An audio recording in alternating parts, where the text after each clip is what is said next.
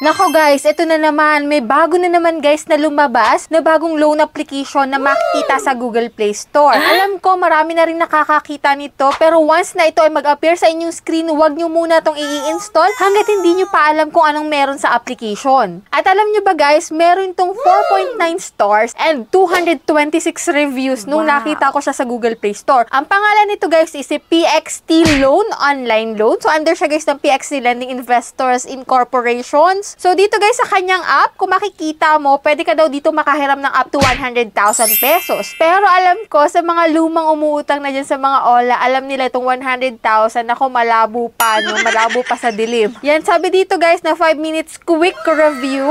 50,000 daw yung maximum loan amount if ever na ikaw ay first timer. And yan, one valid ID nga lang yung required and makakakuha ka na agad daw ng 100,000 pesos. Pay easily, multiple payment channels, and borrow again and will increase the loan amount from 50,000 to 100,000 pesos. Syempre, bago to guys, wag nyo muna itong i-install. Kasi baka pagsisihan nyo pa sa huli. So, ako muna guys yung magta-try nito para at least may konti na kayong idea kung anong meron dun sa loob nung app at kung ano yung magiging expectation natin sa huli. Kung siya ay approve ba, rejected, still under review. Yun yung commonly, diba, sa mga bagong loan application. Under review, after mo magsayang ng oras pag-fill up, under review mangyayari. Kaya ngayon guys, samahan nyo ako na silipin itong si PXT Loan. Pero syempre ako muna yung magta-try. And bago natin puntahan itong bagong loan application na to, sa mga gusto po diyang sumali sa aking pa-GCash giveaway, lalong-lalo na yung mga hindi pa nakasubscribe, nako, every Monday po, namimili po ako ng 5 lucky winners na mananalo sa aking pa-GCash giveaway. And every last Monday naman po is may isang mananalo ng aking pa-cellphone giveaway.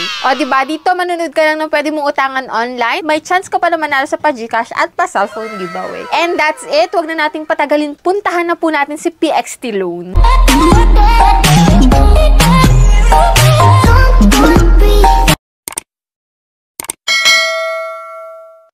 And lagi ko nga po sinasabi sa inyo na hindi po ako agent or promoter ng mga loan application na nire-review natin dito sa channel. So dito guys, nagsha-share lamang po ako ng expectation from this app. Lalong-lalo na bago to guys, magkano ba yung pwedeng ipaloan niya sa atin? At malalaman natin dito kung okay utangan yung app. So dito guys, si PXT Loan po is available lamang sa Google Play Store. And yan, ipapakita ko na sa inyo guys yung aking screen recording ko kasi ngayon po ako nag-apply July 15, 2024. So ito guys, pagka-download ko ng kanyang application, nandito po yung permissions na may access yung iyong camera, installed application, SMS device, contact directory, yan. So, yan, meron ditong nakalagay na new version. Pero wag mo munang i-click guys yung update now kasi wala din namang mangyayari. So, i-close mo lang guys. And after nun guys, to, mapupunta ka dito sa kanilang pinakang features which is nakalagay dito na 50,000 yung maximum borrowable amount natin. So, dito guys is no extra fees daw na babayaran. Get the full amount as fast as 3 minutes.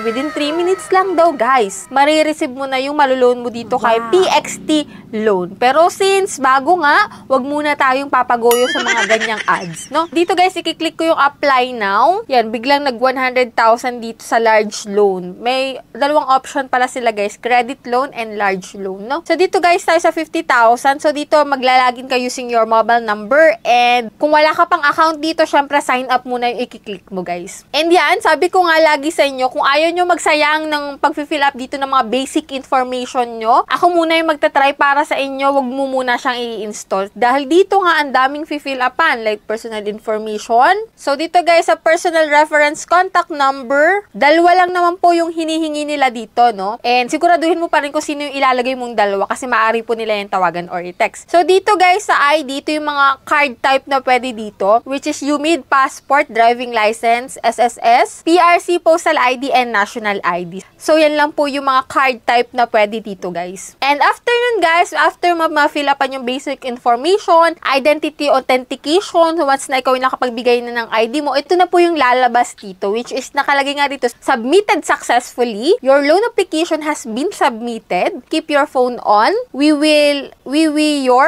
loan application is under review. Mali-mali pa, guys. And you can withdraw your money after approval. If ever na-approve ka, pwede mo nakuha yung pera mo. And ito nga guys, naka-under review tong aking pag-utang dito kay PXT Loan. So, hindi ko pa nakita yung loan details. Unlike nung mga loan application na luma, no, nagpapakita muna siya ng mga loan details. So, ito si PXT Loan, wala. Hintayin mo munang ma-approve ka, ma-under review yung application mo bago nila ipakita yung loan. What if kung automatic approval na hindi mo man lang nakikita yung loan details? Kaya mahirap ding sumugal sa mga ganitong loan application na under review pa rin sa huli, tapos bago pa, no? And after waiting of couple hours, guys, gayam po yung naging result ng pag-utang ko dito kay PXT Loan. O, diba? Nakakapanghinayang na magsayang ka ng oras pag pipill up, ta sa huli, wala ka din naman palang mapapala. So, yan, for those na nakapag-try na dito kay PXT Loan, ano po yung experience ninyo? Kamusta po yung pag-utang nyo dito? Naku, pakishare naman dyan sa comment section para magkaroon pa ng mas malawak na idea yung mga bago pa lang magta-try nitong PXT Loan. And for those na magta-try pa lang nito, guys, nako, medyo alanganin para sa akin, ha? Kasi after mo mag-fill up, after mo magsagot ng mga basic information about yourself, at the end, rejected. Hindi ko alam kung may mga bagong loan application ngayon na still na nagpapa-loan pa rin at nag-a-approve pa rin. Kasi doon sa mga luma, sa mga old na loan application, meron talaga, as in. Pero sa ngayon, guys, na nag-a-apply ako, wala pa so far na na-approve na loan application ko. Kaya nga, narito tayo para ibigay sa inyo yung mga detalye ng mga bagong loan application. Kaya if ever man may nakita kayong bago, wag nyo muna siyang a-applyan. So, mag-antay muna kayo ng review